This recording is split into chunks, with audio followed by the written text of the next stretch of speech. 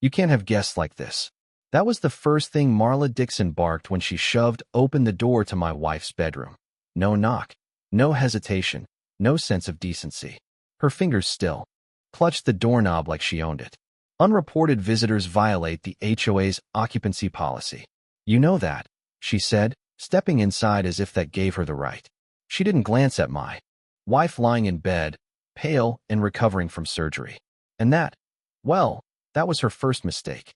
Because the unreported visitor sitting across from my wife wasn't a friend, a nurse, or a relative. She was Leah Monroe, the state attorney general, and Marla Dixon, queen of our neighborhood HOA, had just barged into a private, legally protected meeting with the state's top legal officer. I took 2 steps forward, calm, quiet, deliberate. "You're citing occupancy clauses," I said, my voice even. "So tell me, Marla, what statute gives you the right to enter a private bedroom uninvited during a state-protected consultation?" She froze. The clipboard in her hand dropped an inch.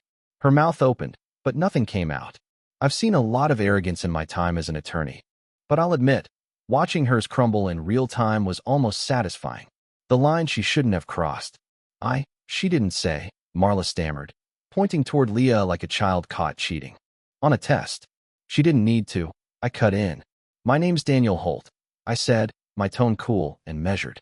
"Civil liberties attorney. And this house was built by my father. He taught me that some boundaries, once crossed, don't get redrawn." I turned toward my wife, Maya, who gave me the faintest nod. Even through her pain, even through the fog of recovery, she knew exactly what was happening. Leah stood, the state seal gleaming on her lapel. "Mrs. Dixon," she said evenly, "you've just violated a state confidentiality statute.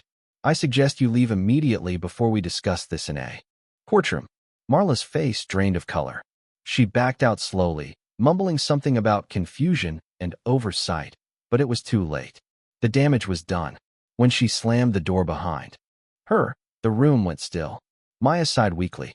"She really just broke in here, didn't she?" "Yeah," I said softly. "And she's about to regret it." The notice of war. 3 days passed.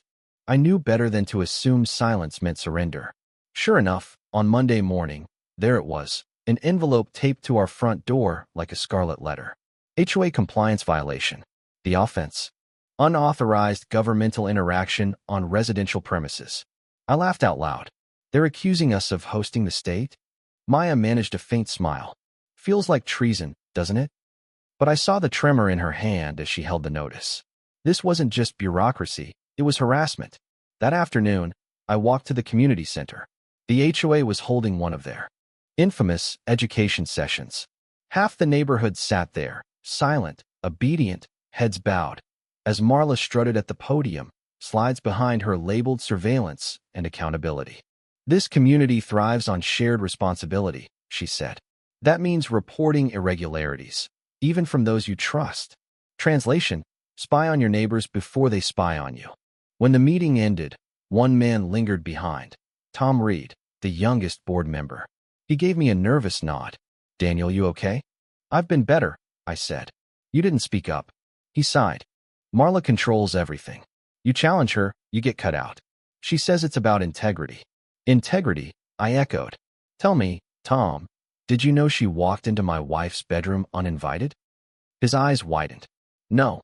She told us it was a routine exterior check." "Next time," I said quietly, "she might walk in on someone's last goodbye." He didn't respond. He didn't need to. The second breach. A few days later, another notice arrived. "Secondary exterior review scheduled. Bureaucratic language for we're coming onto your property, whether you like it or not." Maya tapped the paper. "They want us to leave the gate unlocked." "She's baiting us," I said. "Then let's bait her back." That's my wife.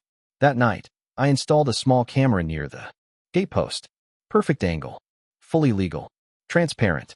Just in case routine review became trespassing 2.0. Sure enough, early the next morning, a white SUV rolled up. No HOA logo, just a magnetic badge that read Neighborhood Oversight Volunteer. The man wore sunglasses and a polo shirt. He didn't knock. He just strolled the perimeter, snapping photos like he owned the place. When he reached the gate, I stepped outside.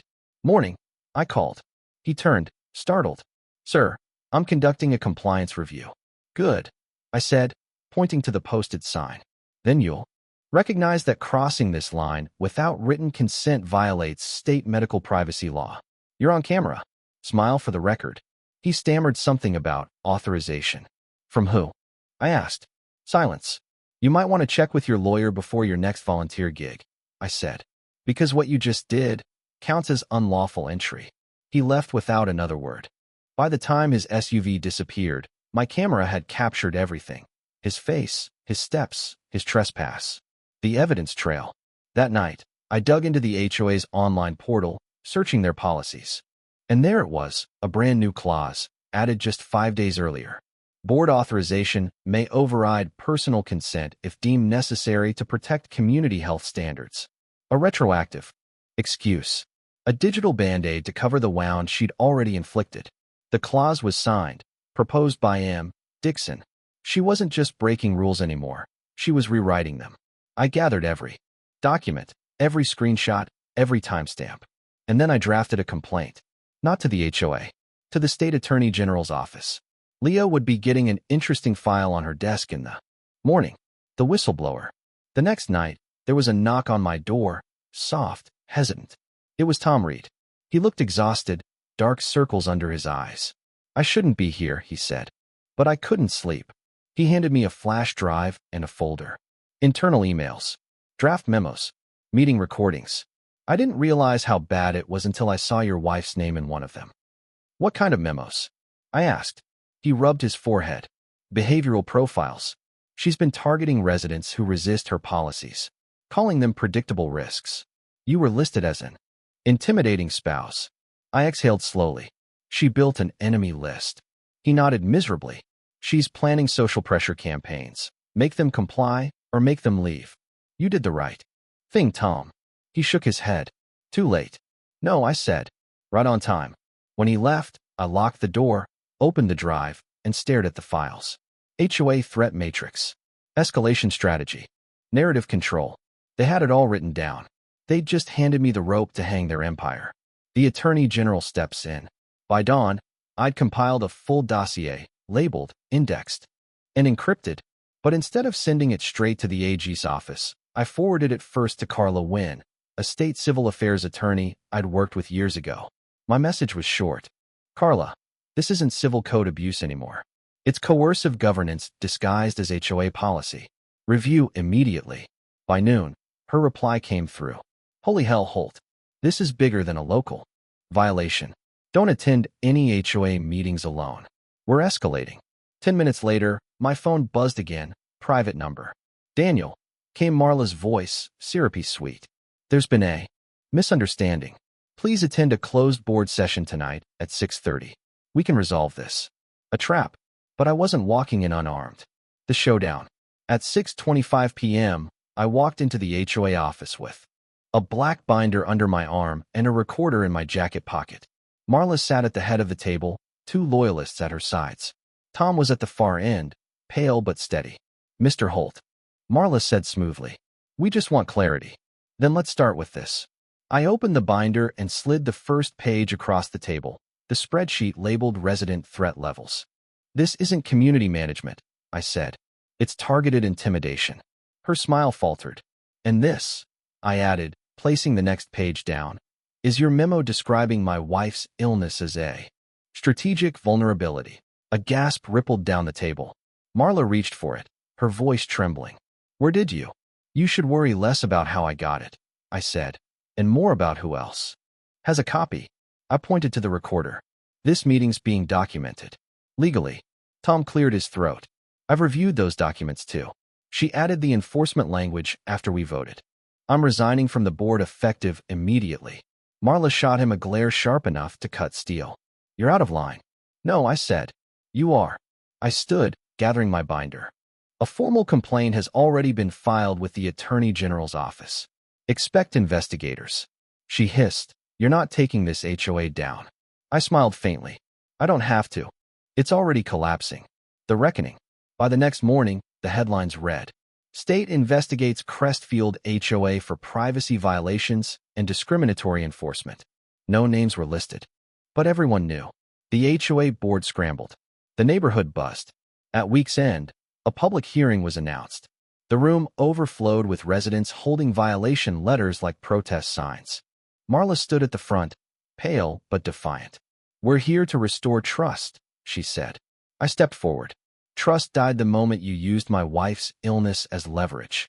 The crowd murmured. I handed the moderator the binder.